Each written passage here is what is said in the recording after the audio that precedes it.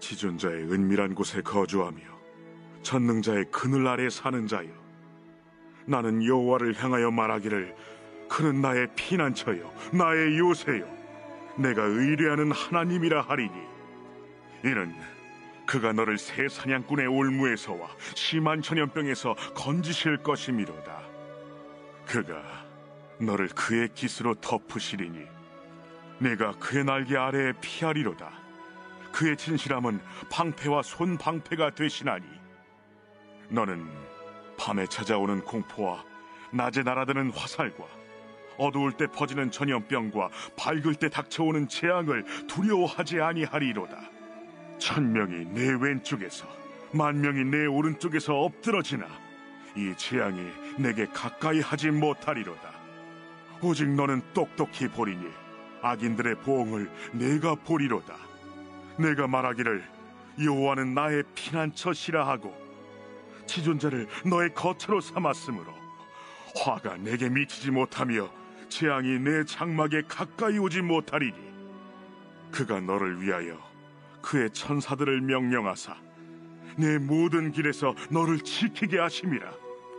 그들이 그들의 손으로 너를 붙들어 발이 돌에 부딪히지 아니하게 하리로다.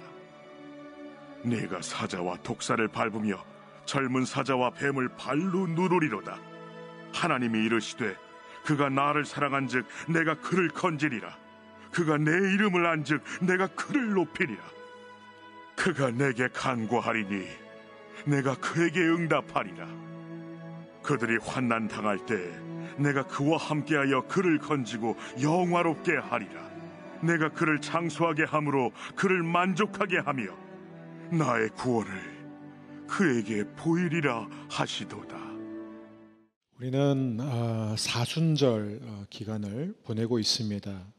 예수님께서 이 땅에서 우리를 위하여 고난 받으신 것을 기억하며 또 그 발자취를 함께 따라가는 시간입니다. 그래서 우리 성도님들이 그동안 이제 여러 가지 던진 질문들을 모아서 가장 먼저 이 사순절 기간에 맞게 고난이라는 주제를 갖고 팬데믹 크리스찬이라는 미니 시리즈로 4번에 걸쳐서 말씀을 전했고, 오늘이 이제 4번째이자 마지막 말씀입니다. 전염병이 창궐할 때, 코로나가 터진 이후로 가장 많이 읽혀진 성경 가운데 하나가 바로 시편 91편입니다. 그래서 이 영상 올린 것들 보면은 5분짜리 버전도 있고 10분짜리, 30분짜리, 1시간짜리 버전도 있습니다. 심지어 시편 91편을 100번 낭독하는 그런 영상도 올라와 있더라고요. 그리고 제목에 보면 코로나 퇴치법 하면서 시편 91편 딱 올라와 있고, 얼씬도 되지 못하는 코로나 하면서 또 시편 91편이 우리나라뿐만 아니라 전 세계적으로 이런 영상들이 많이 공유되고 있습니다. 그 이유는 이 시편 91편을 보면 이 전염병, 히브리어로 죽을 병에 대한 하나님의 보호를 약속하고 있기 때문이죠. 자, 그런데 이 시편 91편은 분명히 읽을 때마다 너무나 큰 힘이 됩니다. 저는 심지어 이런 버전도 봤어요. 잠이 안 올 때 하면서 시편 91편을 반복적으로 읽는 것. 그래서 잠이 온다 이거죠. 마음이 편해져서. 자, 91편의 내용은 1절서부터 16절을 보면은 하나님이 하나님의 자녀를 세상의 모든 악으로부터, 모든 병으로부터, 모든 위험으로부터 보호해 주신다는 내용입니다. 그래서 시편 말씀을 읽을 때 여러분 보세요. 5절 6절 너는 밤에 찾아오는 공포와 낮에 날아드는 화살과 어두울 때 퍼지는 전염병과 밝을 때 닥쳐오는 재앙을 두려워하지 아니하리로다. 또 7절 8절 1000명이 내 왼쪽에서 10,000명이 내 오른쪽에서 엎드러지나 이 재앙이 내게 가까이 하지 못하리로다. 오직 너는 똑똑히 보리니 악인들의 보응을 내가 보리로다. 얼마나 읽을 때마다 힘이 되고, 이거는 뭐 외우려고 굳이 노력 안 해도 그냥 외워지는 말씀입니다. 정말 우리에게 필요한 말씀이죠. 자, 그런데 하나님이 모든 상황 속에서 우리를 지켜주신다는 이 약속을 우리가 어떻게 이해해야 하느냐 이거예요. 정말 우리가 시편 91편의 말씀을 믿으면 이 땅에 살면서 절대로 병에 걸리지 않고 나쁜 일 당하지 않고 무슨 일이 있어도 코로나에 걸리지 않을까요? 우리는 전염병에서 안전한 것일까요? 과연 시편 91편은 그것을 약속하고 있을까요? 여러분, 우리가 현실을 보게 되면은 그렇지 않다는 것을 금방 알 수 있어요. 코로나는 하나님을 사랑하는 사람에게도 얼마든지 찾아옵니다. 코로나뿐만 아니라 우리가 하나님의 자녀로 이 땅에 살면서 적지 않은 고난, 때로는 정말 심한 고난을 겪는 것을 보게 되죠. 우리 교회 안에도 지금 병 때문에 하나님을 바라보며 모든 성도들이 마음으로 합심하여 기도하는 많은 환우들이 있습니다. 그러면 그들은 시편 91편의 약속을 믿지 않았기 때문에, 하나님 앞에 죄를 지었기 때문에 병이 생긴 것일까요? 아니라는 것이죠. 또 시편 91편은 장수를 약속하고 있는데, 선교지에 나가 하나님의 나라를 위해서 헌신하던 분이 젊은 나이에 순교를 당하면 그 사람은 시편 91편의 약속에서 예외입니까? 그러므로 우리가 이 시편 91편이 우리에게 주시는 약속, 메시지를 나의 것으로 만들기 위해서는 반드시 시편 91편을 어떻게 읽을 것인가를 먼저 배워야 됩니다. 자, 가장 먼저 우리가 시편 91편에 대해서 배울 수 있는 것은 우리가 어떻게 시편 91편을 읽어서는 안 되는지, 어떻게 시편 91편을 해석해서 안 되는지를 확실하게 배울 수 있습니다. 이건 100% 아니 200%의 확신을 갖고 제가 말합니다. 제가 어떻게 이런 확신을 갖고 있냐면요, 실제로 사탄이 이 시편 91편을 인용해요. 사탄이 저와 여러분이 이 시편 91편을 어떻게 읽고 어떻게 받아들이기를 원하는지가 너무 분명하게 드러납니다. 자, 사탄이 누구한테 이 말씀을 인용하죠? 사탄은 겁이 없습니다. 물불을 가리지 않아요. 예수님을 향해 이 말씀을 인용하는 거예요. 그래서 누가복음 4장, 마태복음 4장에 보면은 예수님이 이제 이 광야에서 시험을 당하시잖아요. 40일 동안 이제 금식을 하시죠. 그때 이제 사탄이 예수님이 가장 힘들 때, 40일 동안 줄이신 상태일 때 예수님에게 찾아가서 이제 예수님을 여러 방법으로 이제 시험을 하는데, 그 방법들 가운데 하나가 바로 이 시편 91편이에요. 자, 구체적으로 어떤 말씀을 인용하냐면 11절과 12절을 인용하죠. 우리 11절 12절 함께 읽겠습니다. 그가 너를 위하여 그의 천사들을 명령하사 내 모든 길에서 너를 지키게 하심이라. 그들이 그들의 손으로 너를 붙들어 발이 돌에 부딪히지 아니하게 하리로다. 자, 이 말씀을 마태복음 4장 6절을 보면 사탄이 어떻게 인용하는지 한번 볼 수 있어요. 이르되 내가 만일 하나님의 아들이어든 뛰어내리라. 기록되었으되 그가 너를 위하여 그의 사자들을 명하시리니 그들이 손으로 너를 받들어 발이 돌에 부딪히지 않게 하리로다 하였느니라. 자, 사탄이 이 말씀을 인용한 목적이 있습니다. 사탄은요, 목적이 있으면요 수단과 방법을 가리지 않아요. 그래서 사탄이 이 유익을 위해서 이 말씀을 인용하는데, 여기서 우리가 배우는 것은 사탄도 말씀을 다 읽는다는 거예요. 사탄도 다 말씀을 알아요. 잘 모르는 분들, 혹시 영화를 많이 본 분들은 사탄 앞에 하나님의 말씀을 읽으면 사탄이 와 이러고 도망간다고 생각하는데 아니에요. 사탄은 하나님의 말씀을 묵상해요. 그래서 이 시편 91편 11절과 12절 말씀을 그것도 예수님 앞에 가서 그걸 인용합니다. 왜요? 목적이 있어요. 어떤 목적이에요? 시편 91편을 봐라. 하나님이 하나님의 자녀를 반드시 보호해 주신다고 하지 않았느냐? 하나님을 잘 믿는 사람은 이 땅에서 고난을 받지 않을 것이다라고 하나님이 약속하지 않으셨느냐? 그런데 왜 너는 십자가를 지고자 하느냐? 십자가 지지 말라 이거예요. 왜 고난의 길을 가느냐? 네가 정말 하나님의 아들이라면, 그게 내가 하나님의 아들이거든. 네가 정말 하나님의 아들이라면 십자가 질 필요 없어. 너는 어차피 영광을 받는 존재야. 여러분, 사탄은 굉장히 영리해요. 왜냐하면 그 똑같은 방법을 오늘 저와 여러분에게 쓰고 있어요. 시편 91편 봐라. 하나님을 잘 믿으면 고난당하지 않는다고 하나님이 약속하지 않았느냐? 하나님을 섬기는 사람은 절대로 병에 안 걸려. 전염병에 걸리지 않아. 코로나 걱정하지 마. 얼씬도 못할 거야.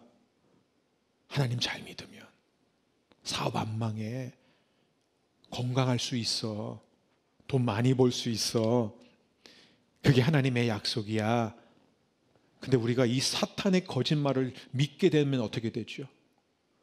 이런 일들 가운데 하나라도 생기면요, 우리 믿음이 흔들리는 거예요. 내가 뭘 잘못했나 보다. 처음엔 그렇게 생각해요. 내가 무슨 죄를 졌을까? 하나님이 왜 나한테 화가 나셨을까? 하나님 왜 나를 칠까? 처음엔 그렇게 생각해요. 근데 고난이 계속되고 힘든 일들이 계속되면 나중에 뭐예요?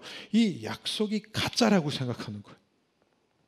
역시 하나님의 약속은 믿을 만한 게 아니구나. 하나님이 과연 계실까? 그게 사탄의 목적이에요. 자, 정리를 할게요. 자, 사탄은 우리가 이 말씀을 어떻게 읽고 어떻게 해석하기를 원하느냐?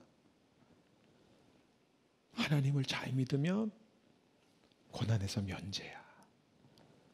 힘든 일 겪지 않을 거야. 뭐 작은 고난 정도는 겪을 수 있지만 정말 큰 시험은 절대로 너를 찾아오지 않을 거야. 그게 사탄의 목적이에요. 저는 우리 사랑하는 성도님들 가운데 그 누구도 이 사탄의 거짓말에 넘어가지 않게 되기를 축복합니다. 중요합니다. 왜냐하면 우리는 이 땅에 사는 동안, 우리가 육신을 입고 사는 동안 반드시 고난을 당할 것이에요. 이건 저주가 아니에요. 이건 예수님이 너무너무 분명하게 말씀하셨습니다. 우리가 예수님을 따르면 따를수록 어떤 의미에서 우리는 더 많은 영적 공격을 받습니다. 그건 분명해요. 자, 그렇다면 우리는 시편 91편을 어떻게 읽어야 될까? 하나님이 시편 91편의 약속을 우리에게 어떤 의미로 주신 것일까? 여러분, 성경을 공부할 때 제가 왜 우리 교회 시작할 때부터 계속 그 통독과 큐티를 꼭 같이 하도록 하느냐면, 왜냐하면 우리가 그날 주시는 말씀을 깊이 묵상하는 훈련과 더불어 성경 전체를 보는 훈련을 같이 받아야 되기 때문입니다. 나는 체질상 큐티가 안 맞아. 나는 체질상 통독은 힘들어. 이건 체질의 문제가 아니에요. 자, 그래서 하나님의 말씀, 주어진 어떤 본문을 우리가 바르게 이해하려면은 다른 본문들과 비교를 해야 돼요. 왜 비교해야 되냐면 하나님의 말씀은 어떤 경우에도 서로 모순이 되지 않습니다. 서로 이렇게 대립이 되지 않아요. 하나님의 말씀은 완전한 말씀이에요. 완전한 짝을 이룹니다. 그렇기 때문에 이 91편을 통해서 하나님이 우리에게 주시는 메시지가 뭐냐? 우리가 하나님을 잘 믿으면 모든 고난에서 면제된다. 그렇게 해석하는 것이 틀렸다는 것을 우리가 다른 성경의 본문들을 비교하면 금방 알 수 있습니다. 한 예로 우리가 지난주에 살펴봤던 시편 88편. 하나님을 잘 믿는 사람도, 어렸을 때부터 하나님을 바라본 사람도, 절망 속에서도 기도하는 사람도 계속해서 고난이 있을 수 있다. 어둠이 지속될 수 있다. 여러분, 이게 우리의 문제는 뭐냐? 우리는 이 죄 가운데 있기 때문에요. 죄의 특징이 뭐예요? 정죄감이에요. 사탄은 뭐예요? 고소하는 자예요. 그러니까 우리는 잘못된 일이 생기기만 하면 늘 내가 또 뭘 잘못했나 보다. 내가 부족한가 보다. 그래서 하나님이 나에게 병을 주셨어. 그래서 하나님이 나에게 어려움을 주셨어. 이게 사탄의 속임수예요. 너 때문이야. 네 잘못해서 그래. 네가 제대로 믿으면 그런 일 끝나. 없어져. 이게 욥의 세 친구들이 계속 공격한 거야. 하나님 화나게 한 거야. 진짜 화나서요. 하나님이 그런 쓸데없는 말을 하니까. 그런 사람들 있어요. 코로나는 하나님이 주신 병이다. 하나님이 일으키셨다. 하나님이 대포를 쏜 거다. 이게 맞는 말 같지만요, 굉장히 위험한 말이에요. 부분적으로 맞는 게 항상 위험할 수 있는 거예요.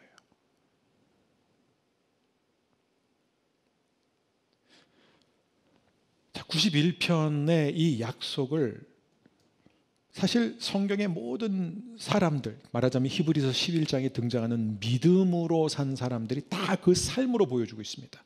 자, 우리가 한 예를 보면 너무 많은 예가 있는데 그래도 우리가 함께 비교적 최근에 한 인물을 중심으로 시리즈를 했는데요. 요셉을 우리가 함께 나누지 않았습니까? 요셉의 삶. 자, 그럼 요셉을 비교해 보죠.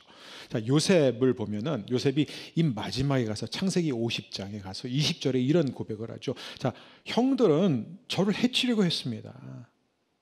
형들은 분명히 저에게 악을 행했습니다. 그런데요, 하나님이 개입하셔서 그 모든 악을 선으로 바꾸셨습니다. 그리고 하나님은 저로 하여금 많은 사람들을 살려냈을 뿐만 아니라 심지어 저의 가해자였던 형들까지도 살리도록 해주셨습니다. 요셉이 기가 막힌 고백을 합니다. 그게 그의 인생의 결론이에요.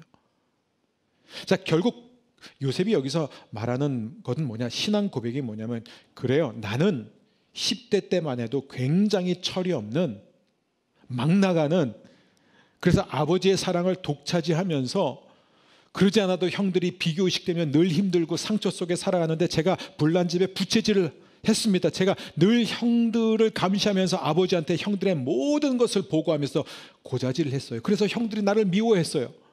그게 나였어요. 그런데 이렇게 철없는 나를 하나님이 구덩이에 던지시고 그 다음에 이집트로 팔려가게 하셔서 하나님이 이집트에서 나로 하여금 온갖 조롱과 인종차별과 억울한 누명까지 쓰게 하셔서 감옥에 던짐으로 인해서 오늘과 같이 나를 이 자리에 앉히셨습니다.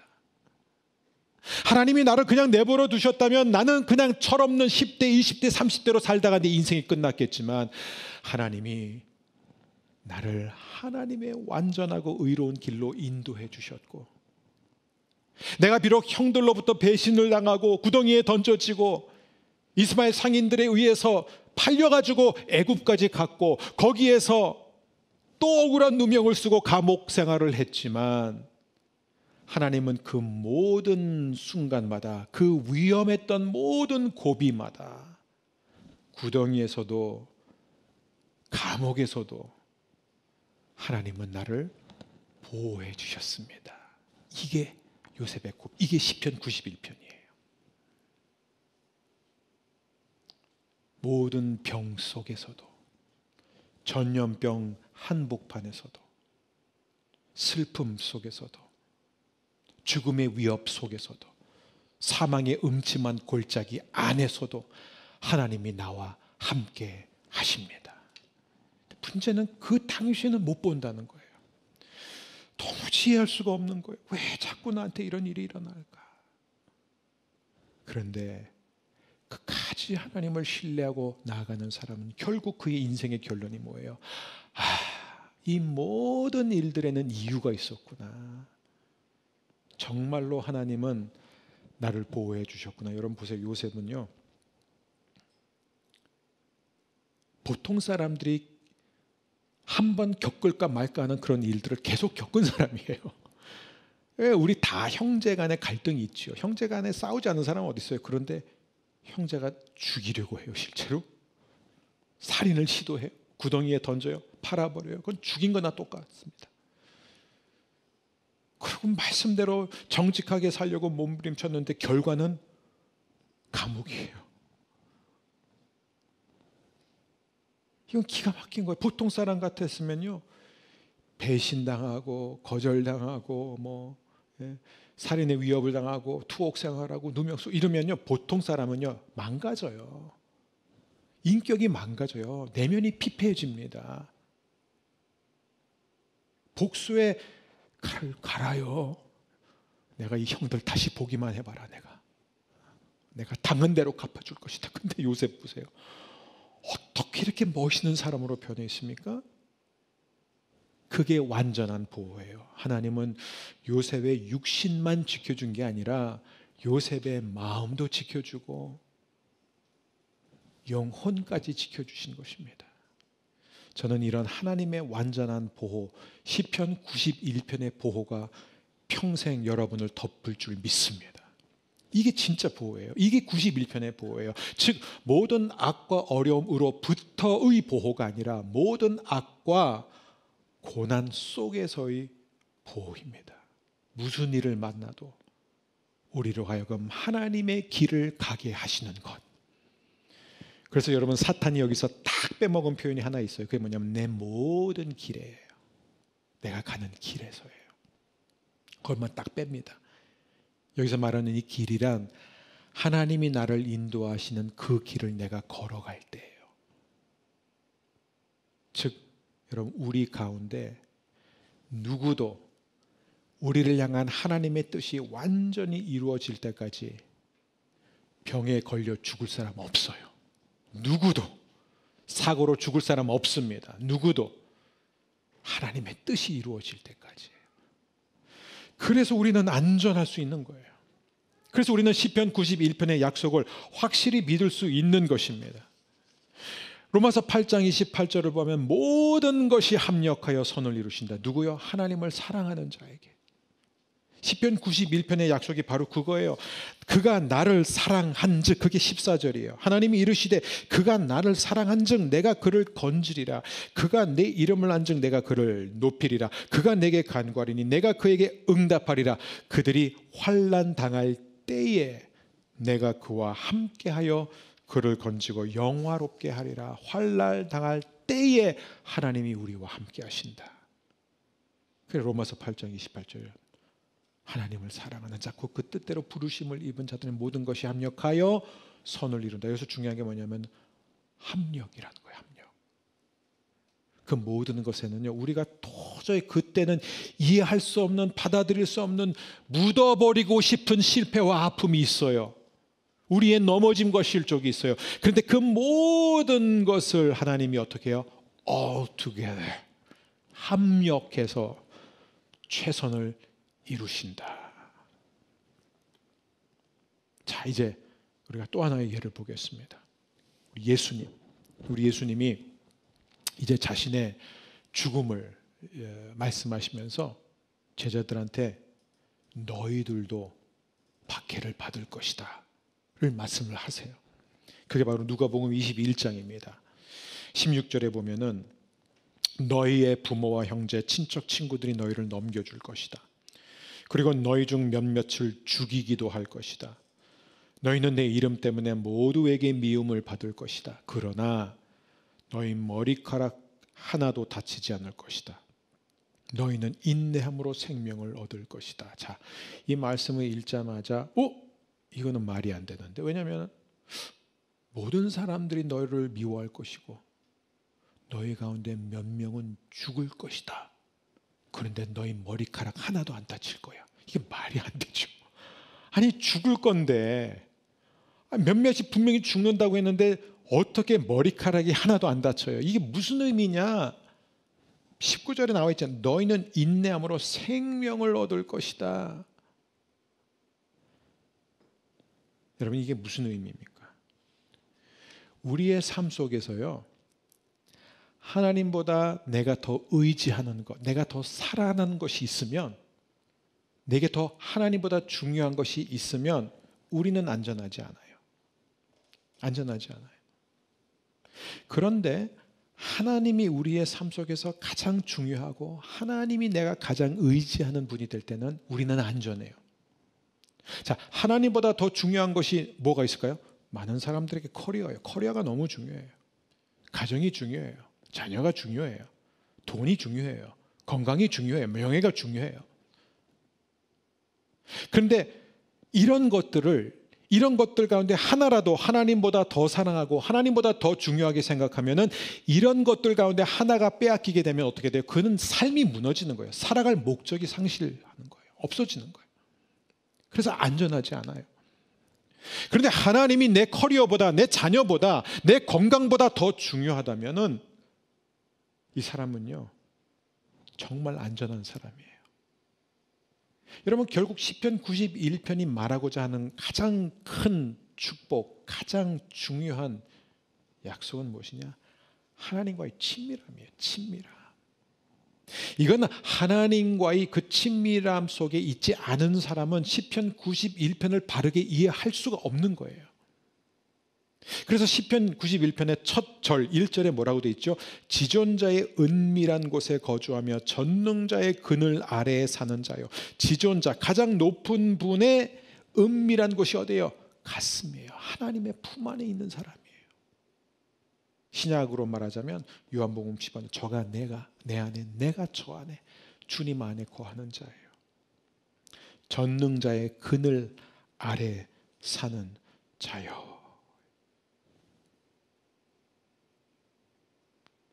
여러분, 예수님이 사탄이 91편을 인용했을 때 바로 물러가라 기록되었을 때 너희 하나님을 시험하지 말라라고 하셨던 이유가 뭐냐면, 하나님은 한 번도 예수님한테 성전 꼭대기에 올라가서 떨어지라고 하신 적이 없기 때문이에요. 하나님은 예수님한테 십자가를 지라고 그러셨어요. 그래서 예수님 그 길을 가는 거예요. 우리는 자꾸 성전 꼭대기에 올라가서 우리는 얼마나 하나님을 시험하면서 사는지 모릅니다. 여러분, 여기서 굉장히 중요한 게 무엇이냐? 시편 91편의 약속은 우리를 모든 고난으로부터 보호해 주겠다는 약속이 아니라 모든 고난 속에서 보호해 주시겠다. 우리의 인생이 끝날 때까지 하나님이 우리와 함께 해주시겠다. 그 약속입니다. 여기서 굉장히 중요한 게 있어요. 우리가 고난을 당할 때 내 죄 때문에 내가 고난 당하는구나. 제가 환우들을 위해서 기도할 때 가장 힘든 게 그거예요. 본인이 정죄의식에 빠져 있어요. 내가 뭔가 하나님이 원하는 대로 살지 않았기 때문에 하나님이 나에게 암을 주신 거다. 하나님이 나에게 이 병을 주셨다. 하나님 지금 날 치는 거다. 여러분, 그게 얼마나 그러지 않아도 힘든데, 근데 우리의 고난을 2배 힘들게 하는 게 그거예요. 하나님이 나를 버리셨다라고 생각하는 거예요. 근데 시편 91편의 메시지는 무엇이냐면, 하나님은 결코 우리를 버리지 않으셨다는 거예요. 즉, 내가 고난을 당하는 이유는 내가 죄를 지었기 때문이 아니에요. 그게 시편 88편, 시편 91편과 모든 성경의 메시지입니다. 내 죄 때문에 내가 고난당하는 것이 아니라는 것이에요. 자, 어떻게 우리가 알 수 있느냐? 4절에 보면 그가 너를 그의 깃으로 덮으시리니 내가 그의 날개 아래 피하리로다. 이 깃털을 얘기하는 거예요. 깃털로 우리를 감싸주시는 분이, 그게 하나님이에요. 하나님은 날개를 펼쳐서 하나님의 자녀들을 온전히 보호해 주신 분이에요. 자, 이게 뭘 얘기해요? 어미새를 말하고 있습니다. 어미새와 새끼들이에요. 자, 구약에서 자주 등장하는 비유인데 이 표현을 그대로 자신에게 적용하신 분이 예수님이에요. 예수님은 마태복음과 누가복음에 보면은 이제 십자가를 지시기 직전에 산에 올라가서 이제 예루살렘을 바라보시면서 이렇게 말씀하세요. 예루살렘아, 예루살렘아. 내가 너희들에게 그 많은 선지자들을 보냈는데 파송된 자들마다 너희가 미워하고 죽이고 암탉이 새끼를 모으듯이 내가 너와 너희 자녀를 모으려고 그렇게 애썼지만 너희가 원하지 않았구나. 지금 예수님이 무슨 말씀을 하신지 아십니까? 자신이 암탉이라는 거예요. 예수님이 지금 어미새예요. 예수님이 이 땅에 오신 목적은 하나예요. 저와 여러분, 하나님의 새끼들, 하나님의 자녀들을 모아서 보호해 주시겠다는 거예요. 여러분, 어미새의 특징이 뭐예요? 새끼들을 대신해 죽는 게 어미새예요.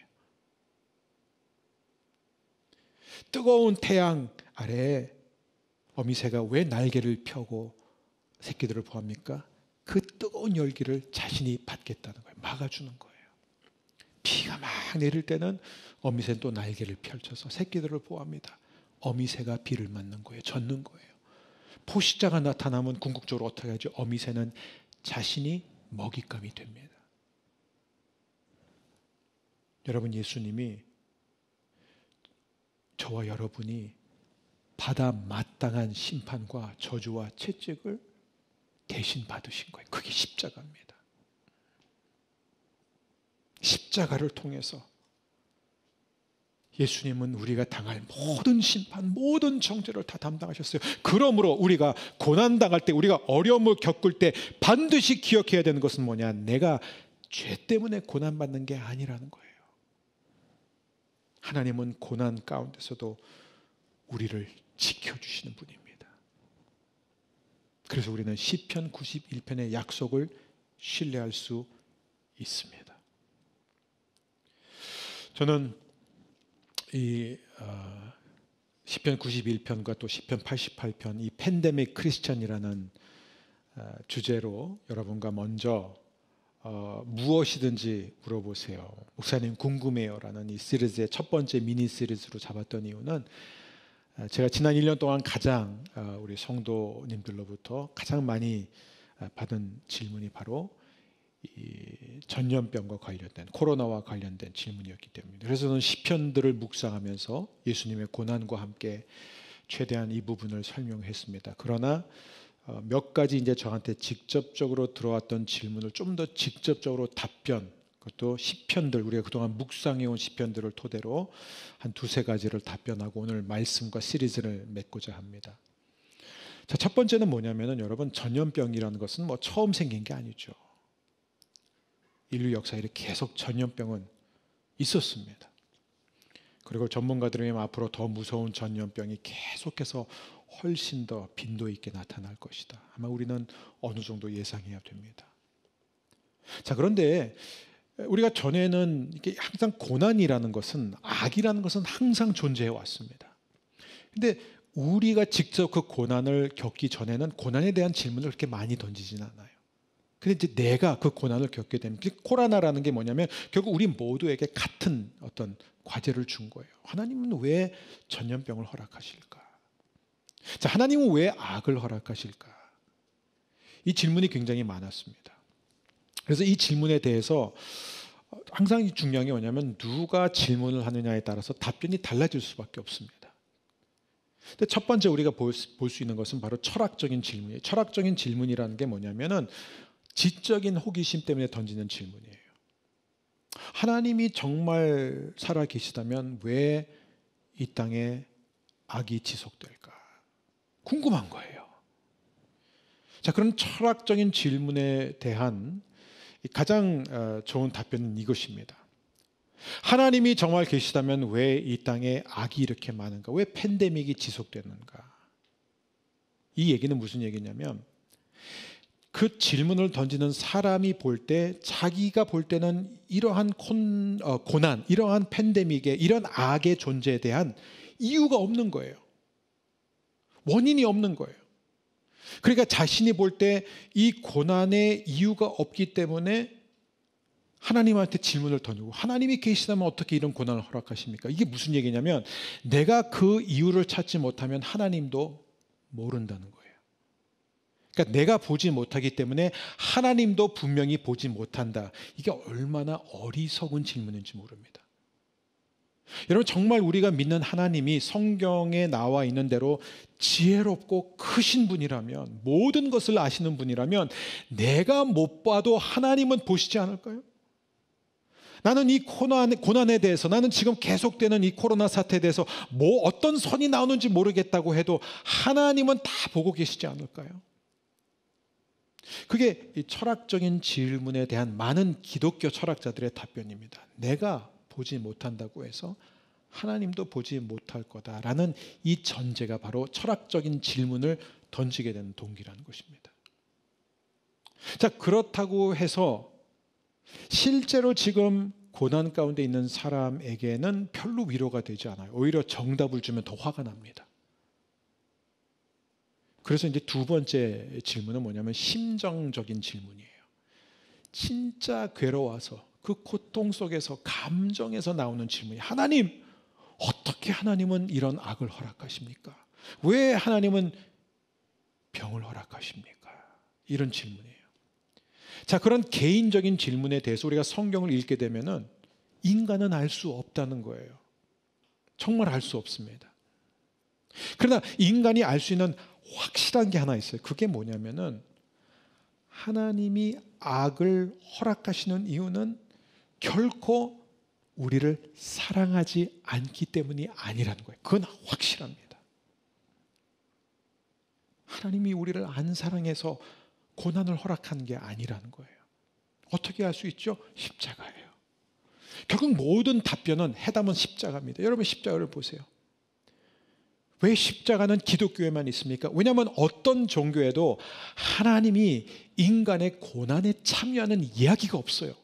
아니, 그냥 기독교는 단지 하나님이 인간의 고난에 참여했을 뿐만 아니라 인간의 죄를 대신해서 죽으신 것이에요. 자, 하나밖에 없는 아들을 내어주신 그 하나님께서 어떻게 우리를 안 사랑할 수 있느냐, 이거예요. 그래서 사도 바울은 세상에 어떤 것도, 어떤 피조물도, 어떤 사건도, 어떤 죽음도 우리를 하나님의 사랑에서 끊을 수 없다라고 단언하고 있습니다. 한 가지는 확실해요. 왜 고난이 지속되느냐? 하나님이 나를 사랑하지 않기 때문이 아니라는 것이에요. 하나님은 시편 88편의 기자를 사랑하셨고 시편 91편의 기자도 사랑하셨습니다. 하나님 우리 사랑하세요. 자, 그렇다면 또 하나의 중요한, 그러면 하나님이 코로나와 병과 악의 배후에 계시는 분이냐 이거예요. 즉, 저는 직접적으로 이런 질문을 받았습니다. 하나님이 코로나를 일으켰느냐라는 질문을 받았을 때 어떻게 답변해야 되냐 이거예요. 여러분, 저는 이 코로나가 터진 지 얼마 안 됐을 때 많은 사람들이 뭐 설교도 하고 영상도 올리고 막 책도 펴냈습니다. 근데 보면 이제 책들이 이제 극과 극으로, 이제 하나는 뭐냐면 하나님이 일으켰다 이렇게 결론 내리는, 하나님의 심판이다, 하나님의 채찍이다. 근데 여러분, 우리가 성경을 제대로 보면 하나님은 악을 일으키는 분이 아니야. 하나님은 어떤 경우에도 악을 일으키지 않습니다. 창세기를 보면 하나님이 창조하신 세상은 그런 세상이 아니에요. 하나님이 창조하신 세상은 고통이 없는 세상, 아픔이 없는 세상이에요. 병이 없는 세상이에요. 죽음이 없는 세상, 이게 바로 하나님이 만드신 세상이에요. 그러나 이 세상에 죽음이 있고 병이 있고 악이 가득한 이유는 하나예요. 인간이 하나님을 버렸기 때문이에요. 그래서 죄악이 가득한 거예요. 그리고 하나님은 언젠가 모든 죄악을 종식시키실 것입니다. 모든 눈물을 닦아주실 것이에요. 하지만 언제인지는 몰라요. 그래서 성경은 또 하나의 질문은 뭐냐면 하나님의 주권적인 통치를 우리가 어떻게 이해해야 되느냐 이거예요. 하나님의 주권적인 통치라는 것은 모든 것이, 나쁜 것도 하나님의 계획 안에서 움직이고 있다라는 얘기입니다. 즉, 하나님은 어떤 경우에도 이 하늘 보좌에서 이 세상을 내려다보면서 어떤 인간이 악을 저질렀어요. 아니면 지금 막 코로나가 지금 걷잡을 수 없이 막 번지고 있어요. 그러면서 하나님이 딱 이 말을 치시면서 야야야 어떡하냐? 나 이렇게까지 될 줄 몰랐어. 내가 저 인간이 저렇게 할 줄 몰랐어. 하나님은 당황하는 적이 없다는 거예요.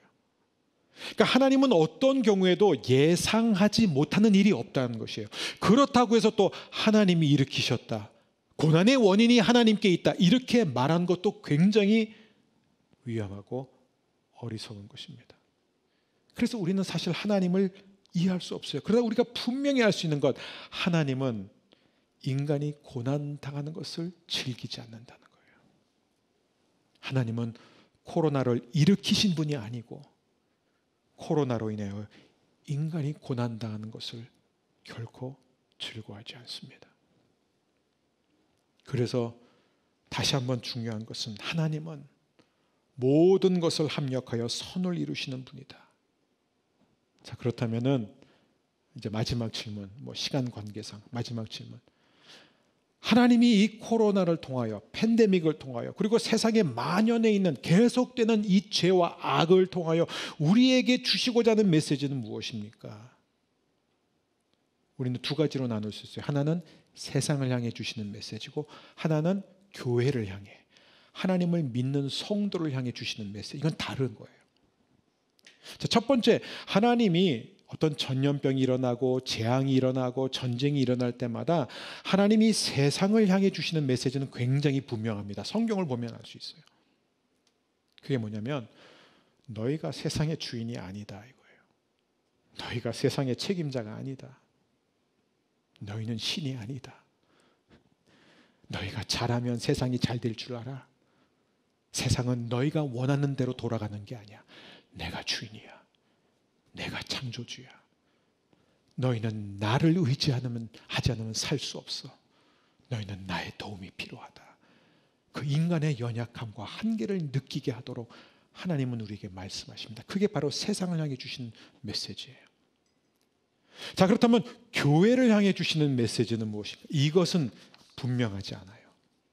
왜냐하면 시대마다 교회의 상황과 교회의 문제가 다르기 때문이에요. 그리고 같은 시대에 있는 교회라도 교회마다 또 상황이 다르기 때문에 이것은 다를 수밖에 없습니다. 그런데 우리가 지금 이제 코로나를 겪어온 지가 이제 1년이 넘었습니다. 한 가지는 분명해요. 교회는 여전히 숙제를 풀고 있는 중입니다. 하나님, 이 코로나를 통해서 그것뿐만 아니라 우리 개인적인 삶 속에서 일어나는 고난과 아픔을 통해서 하나님은 지금 나에게 무엇을 말씀하고 계십니까? 저는 저에게 일어났던 많은 크고 작은 고난을 통해서 아직까지도 그 질문을 던지고 있어요. 하나님이 십몇 년 전 저에게 그 아픔을 허락하신 뜻이 무엇입니까? 하나님이 원하시는 게 무엇입니까? 어떤 사람들은 바로 이렇게 말합니다. 뭘 그걸 몰라요? 회개하라는 거죠. 회개해야 됩니다. 회개해야 됩니다. 물론 회개해야 돼요. 누가 그걸 몰라요? 회개해야 돼요. 그런데 여러분, 회개는 단지 하나님 잘못했습니다. 앞으로 이렇게 살지 않겠습니다. 저는 죄인입니다. 용서해 주세요. 그게 회개가 아니에요. 여러분, 우리가 이스라엘의 역사를 통해서 배우는 것은 그들은 그런 회개는 늘 했지만 한 번도 하지 않은 게 회개의 열매를 맺지 않았어요. 그러니까 코로나를 통해서 하나님이 교회, 우리 믿는 사람에게 주시는 메시지는 회개하라, 회개하라 그렇게 외치지 말고 구체적으로 하나님이 어떤 영역에서 어떠한 열매를 바라시는지를 우리가 함께 찾아가야 되는 거예요. 하나님이 원하시는 게 무엇일까? 우리가 어떻게 변화되어야 되는가? 어떤 모습으로 성장해야 되는가? 어떤 삶을 살아야 할 것인가?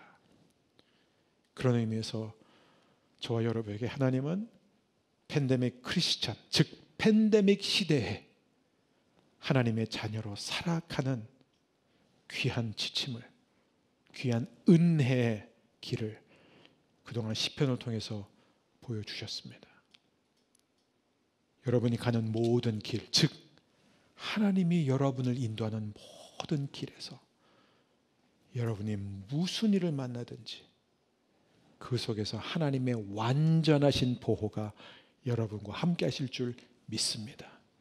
하나님은 여러분을 높이실 것이고 하나님은 여러분을 영화롭게 할 것입니다. 여기서 주신 최고의 축복은 장수와 만족이에요. 장수? 그러면 일찍 죽은 사람은 어떡하지? 여기서 말하는 장수는요, 그냥 이 땅에서 오래 산다는 약속이 아니라 영원한 삶을 얘기하는 거예요. 문자적으로 매일매일 계속되는 삶이에요. 그게 바로 우리에게 주어진 생명입니다. 그래서 인생의 축복은요, 내가 얼마큼 길게 살았느냐에 있지 않아요. 진짜 축복은 얼마나 만족스럽게 살았느냐. 여러분, 하나님으로 도는 그 만족이 여러분의 삶에 충만하기를 주의 이름으로 축복합니다.